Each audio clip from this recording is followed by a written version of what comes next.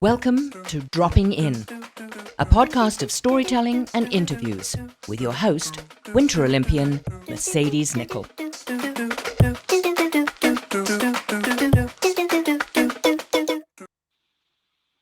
Thank you so much for dropping in on Series 6. This is a series where I'm having a little fun with my friends.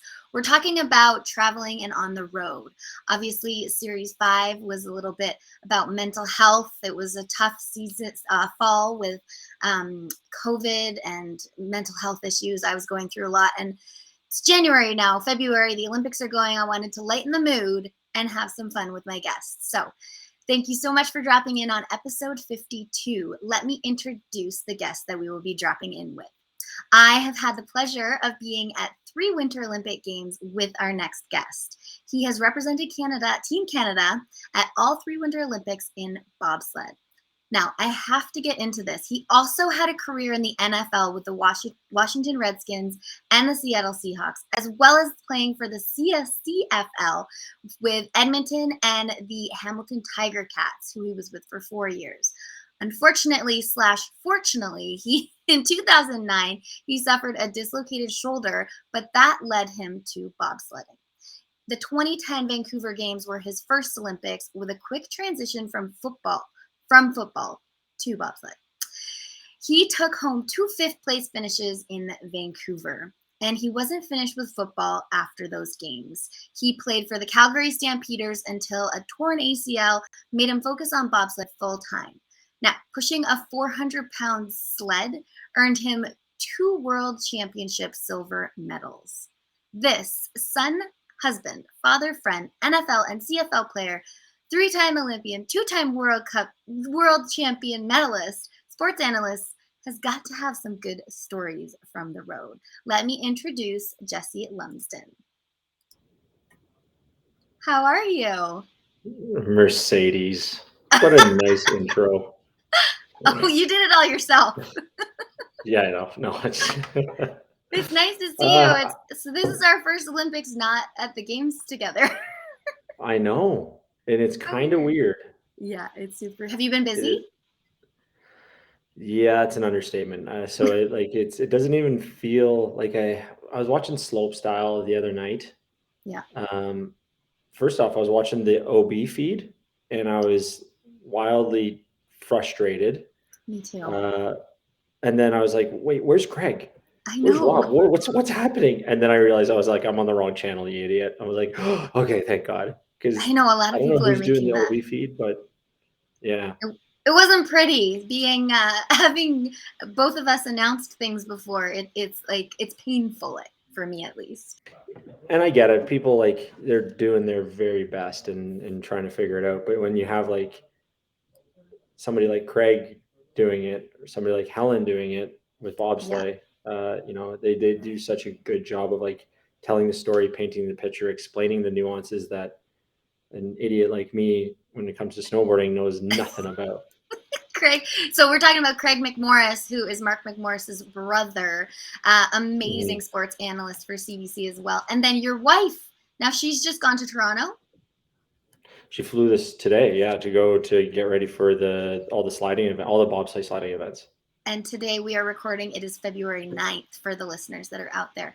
Mm-hmm. Jessie, we got into it early, but I have to start with the rapid fire that's never rapid. Are you ready to drop in? Yeah. One correction. My career in the NFL lasted about as long as it's going to take me to drink this tea. Okay. So I wouldn't call it as much of a career, but thank you. I appreciate the pump. Anyway, rapid fire. Let's go. Okay. Number 1, what is the one thing you traveled with that was a must-have for your sport? The last couple seasons was my Normatec.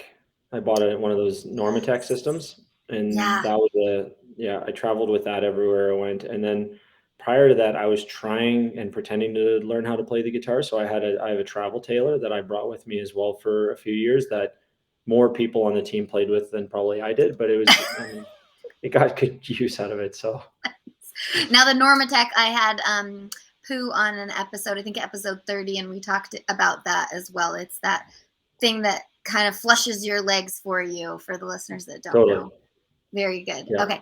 Number 2, who would be the most high-profile contact in your phone? Huh. That's interesting. To you. I mean, I don't know. Well, more high profile to me would be my mom and dad. So shout out Yes. to mom and pa, a couple high profile folks. I grew up early days with Jesse Palmer, Okay. and he's now the host of The Bachelor. He was on The Bachelor, played in the NFL, was a Florida Gator. And funny enough, uh, like after the Vancouver Olympics, he texted me and he's like, "Dude, I'm in Vancouver." I was like, "Let's rage," and we did. It was like so we got back together and we stay in touch pretty regularly. He's, Nice. I guess you could throw it, yeah, sure. Or Dean Blundell. Dean Blundell is probably the highest profile guy. Is he? Oh, that's so funny. I was just on his show the Well, other I'll day. make him feel good. Yeah, I'll make him feel We'll good pump about up his it. tires. Yeah. Number 3, what is your top song or playlist right now? Oof. Right now, I'm listening to a lot of life is kind of crazy. So I 2 have a kids. playlist on my 2 kids. We're building a digital bank here in Calgary. Helen just joined the fire department. She's in Toronto. So I listen to a playlist that I've called Cabin Nights, and it has a lot of really chill stuff on it. Mixture of some acoustic, some classical stuff. Um, my Neil Young has been since removed from it from Spotify. But there's some other. If I pick up something, it's like, ooh, that'd be good on the Cabin Nights playlist, and that's kind of like after I put the kids down to bed, I throw that in as I get dinner prepared. Awesome. On Spotify. You made your own playlist. I made my own playlist. Yeah. I like it. Number 4, if you could go back to the Olympics, I know you went 3 times. Would you choose winter or summer? Well, get back to like a preview, like one that I've already done before. Like if you would go again, you've already done 3, you go to another yeah. one. And am I good at something in summer? Like, am I there for a good reason? It's your own journey. You choose. Oh, for sure. Then 100-meter final right here. Summer. I like it. Okay. Now, if you were invisible, what is the first thing that you would do? If I was invisible, probably scare the hell out of my kids. Just start moving stuff? Yeah. That would probably be the first thing I did. The second thing would probably be, oh, God, that's a good question. Right? I'd want to go somewhere that I really wanted to understand, like something like what actually happens behind this door, or what actually is going on over here. Something like that. Yeah. That's cool. I like that. Number 6. And then I go scare Helen. I think it's third on the list. Okay. Number 6. Are you big city or small town kind of guy? I'm kind of like tweener. Because you're in Calgary, right? Yeah, and I wouldn't say Calgary's a big city, but it's like kind of like it's spread out a lot. Mix of, yeah, it's super spread out. Super spread out. I'm not a big city guy though. I would say I'm definitely not a big city guy. Yeah, nice. Okay, number 7. What would you say is the biggest risk that you've taken in your life so far?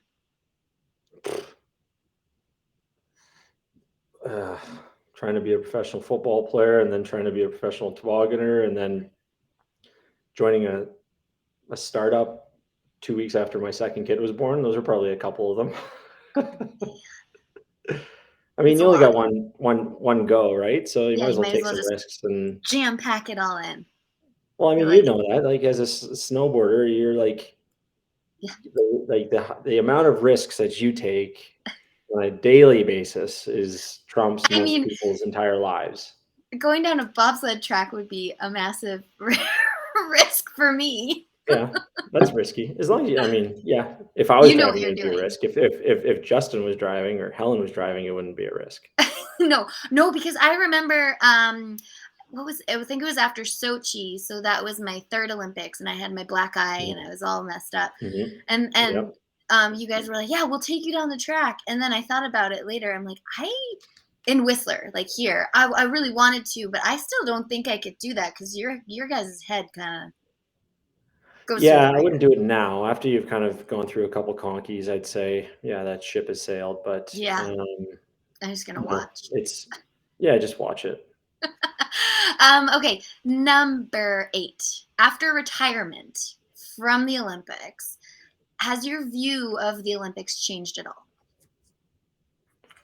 No, not No? for the purpose of like how I see the Olympics.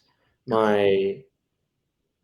My, I'm a little jaded um, by what happens behind the scenes.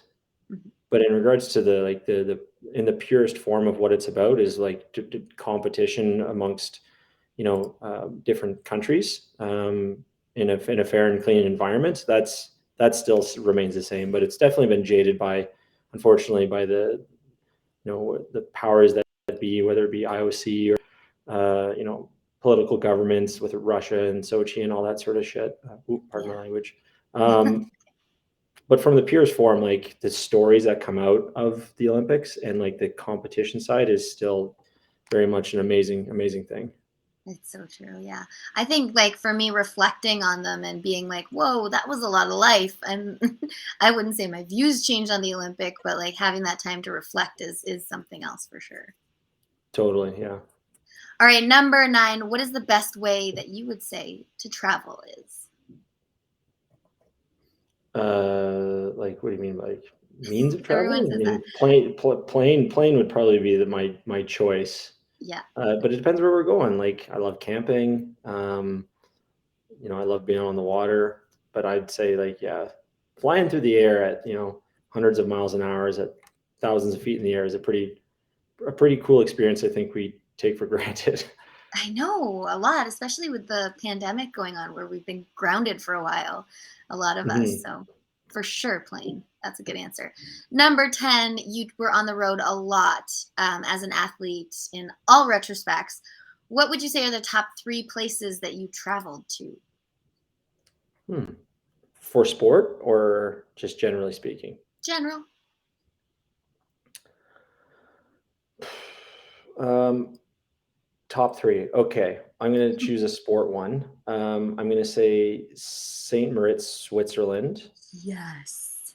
Oh, It's pretty. you bobsledded We there. race in, yeah, we race in. We have no business being in Saint Moritz. It's like Neither did the I. I was there fancy, for the Youth Olympics. yeah, like Lamborghinis with snow tires driving around, private jets flying in every 15 minutes, and then us in our Sprinter vans coming in, to cause chaos for a week. But it's the most beautiful track in the world because it's naturally made out of ice and snow every year. But it's also it's frigid cold, but absolutely bluebird day every single day. It's magic there. Absolutely gorgeous. Yeah, so that's sport. Personal. I got to Justin, my teammate, and I went to Vietnam after the test event in Korea. That was pretty cool experience. I got a chance to go to El Salvador with World Vision for back in 2008. That was a very eye-opening experience as well. Um, yeah, I've been fortunate to go to some pretty cool places. I guess if I could give you one more. Yeah, you can. I wouldn't say no. Okay, if you're not going to say no, I went uh, I went to the British Virgin Islands, but sailing. Oh, cool. Like you So that sailed there? was didn't sail there, but we sailed once we were in the BVI, and Amazing. I'm not like I definitely wasn't like I'd never experienced that before. So just being able to sail like from island to island and hop around and um, live on a sailboat, that was a pretty cool experience. Wicked. Those are good spots all over the world. I have one That. more. Oh, you want I more? have to say one more. Yeah, I just Please forgot do. about it. Um, I spent like 4 weeks in Tuscany, Italy. That's probably one of the most magical places on earth. Like Oh, actually, like one of the best places was ever. that leisure? Or that wasn't sport. It was through gold medal plates. Like Oh, Helen and I were right. hosts. So you So were not to like biking. So we're biking and then listening to like Jim Cuddy sing songs at night, drinking Italian red wine and eating pasta, just throwing it off my, like, yeah, that was It's a tough an life. okay way to see Italy. Yeah. It's a tough life entertaining others. It is exhausting though. It's like camp for adults. Yeah, for You know, sure. 100 people roll in, you party with them for a week, and then another 100 people roll in the next week, and you got to learn all their names, and they're all fired up, and you're kind of like petering on the brink of, collapse, and they're all bright-eyed and bushy-tailed because it's their first week. And don't get me wrong, I'm not complaining. Sounds like living in a resort town. Yeah. Yeah. Yeah.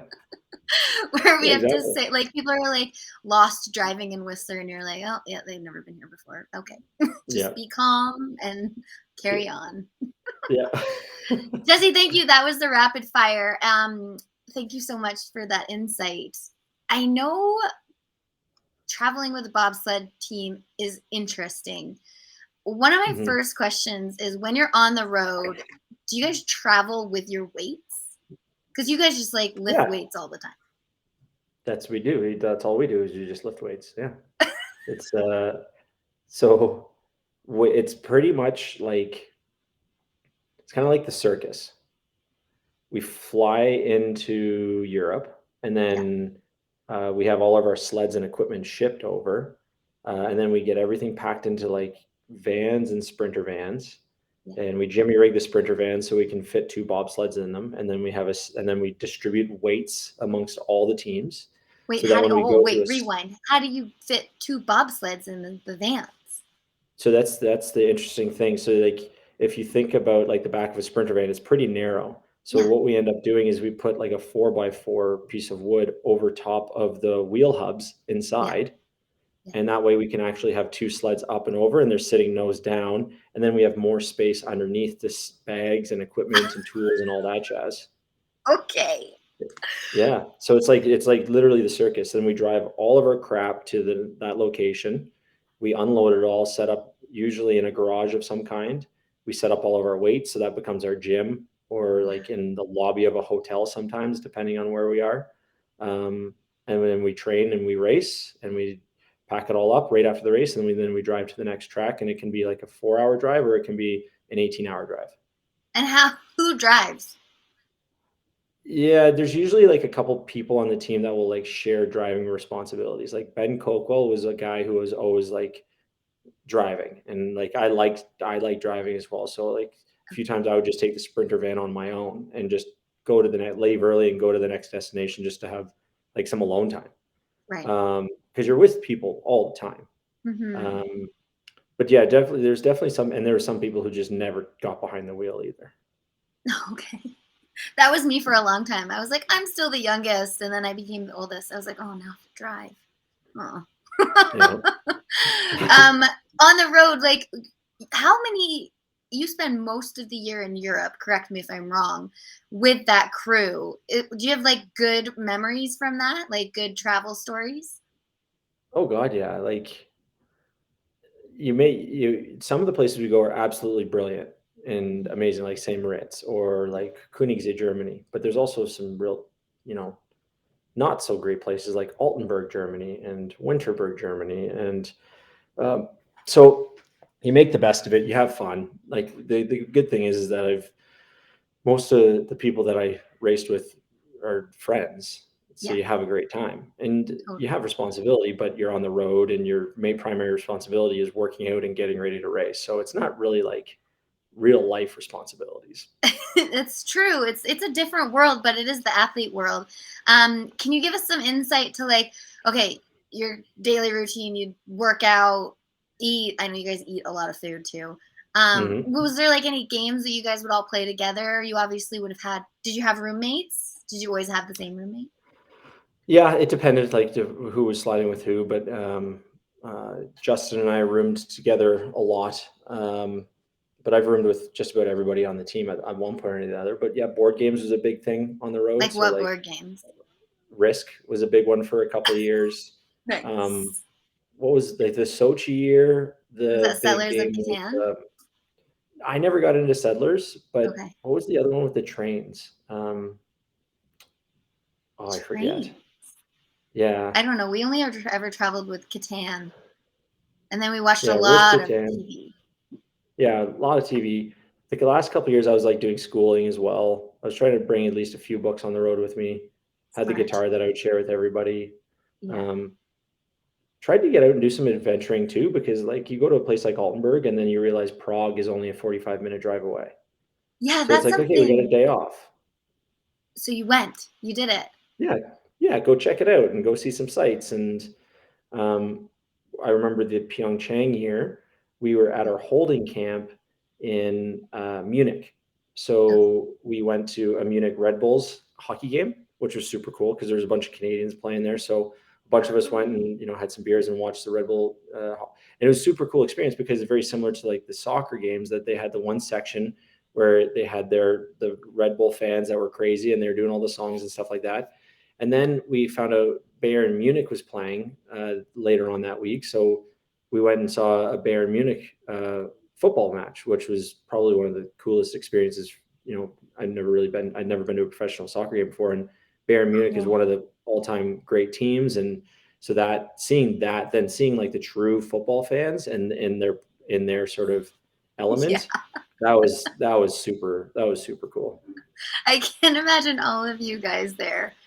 Like, you're big guys and just cheering on the teams. I would love that.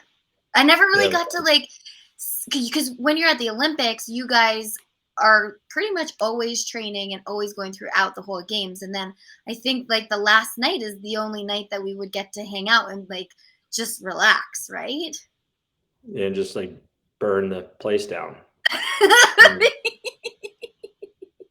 I always say that we train hard, but we party hard too.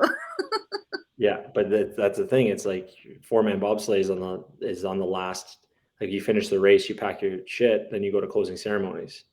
And then And I remember, and then in Sochi we had crashed in the 4-man, and I marched my ass right out of that stadium after marching and went right into Canada House and got into it with a bunch of the other guys because none of us wanted to see any sort of Russian sort of performance at that point in time.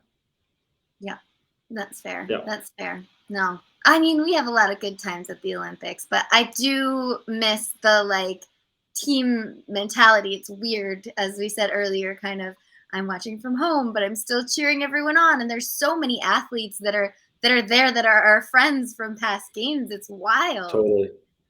And just like the lounge as well. Like that's where I felt like we connected the most. And kind of had to be careful not to get too vested into the other sports because like you burn a ton of energy like getting excited and cheering on, but it was at the same time it was always very special, like the fact that Jessie and Mercedes would be hanging out and then all of a sudden Johnny Moe and and Hebert would walk in, and then you see figure skaters and some of the hockey players, and that's the cool aspect. And Anastasia Busis would come in, and I agree. Those are some of my fondest memories.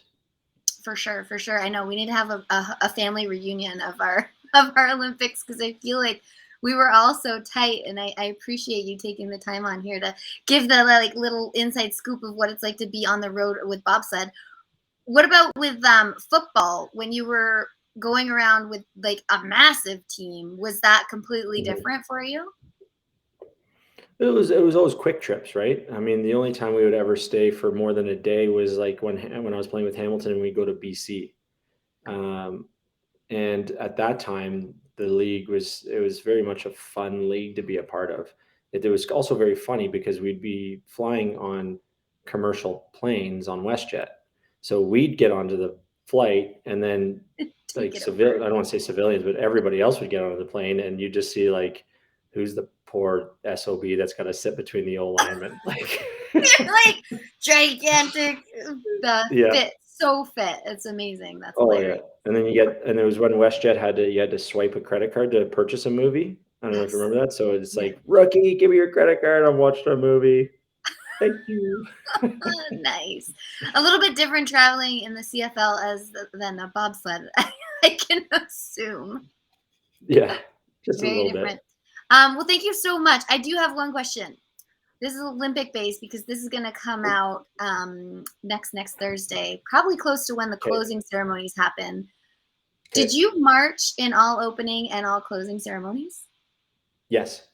You did. Yeah. Yeah. Nice. We were always, because after opening, we always had a 5-day break. Mm-hmm. And because we were always kind of second half of the games for 2-man and 4-man. So always marched. I only stayed for Vancouver's opening and closing actual ceremonies. Every other games I would march, and then I would go back to the village and put my feet up and watch from TV and have some 'Cause it pizza makes with more people. sense.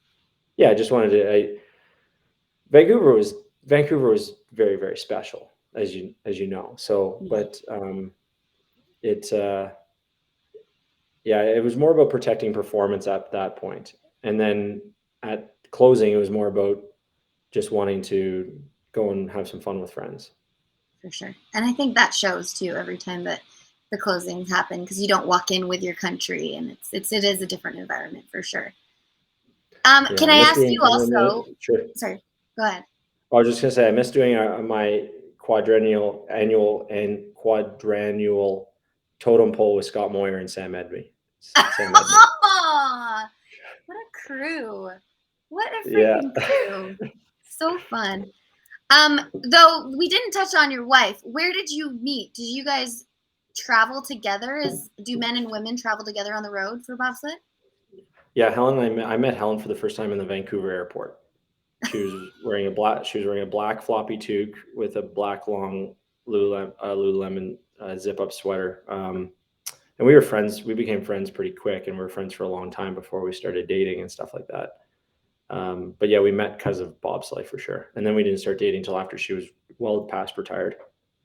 And now she's announcing. She's in Toronto, about to freaking. When does it start? Soon. Soon, yeah, I don't know when. I think official training started today, so that would be 3 days. So I think it's maybe I don't know. It's online somewhere. We'll figure it out. Don't worry. Well, Yeah. Jesse, thank you so much for dropping in today. Where can people find you online if they want to see what you've been up to? Well, I have a Twitter account. Haven't logged in a few years, so don't go there. Instagram, I'm pretty poor at posting, but have some stuff. That's Jessie.Lumsden on Instagram, and that's kind of it. Awesome. Well, thank you so much, and enjoy dad time and watching the rest of the Olympics. And I'll see you on the 23rd for Pink Shirt Day with 100%. Jimmy. I can't And- wait. and It's going to be great. Good job with everything you're doing. I'm loving the podcast. I'm loving what you're doing. You're doing a great job, and thanks for having me on. Thanks, Jesse. Okay, I'll talk to you soon. You bet. Thanks so much for dropping in today. You can find everything you want to know about Dropping In with Mercedes at droppinginwithmercedes.com. Don't forget to subscribe on Apple, Spotify, and YouTube. Thanks DJ Kenosis for the music and my mom for the intro voice.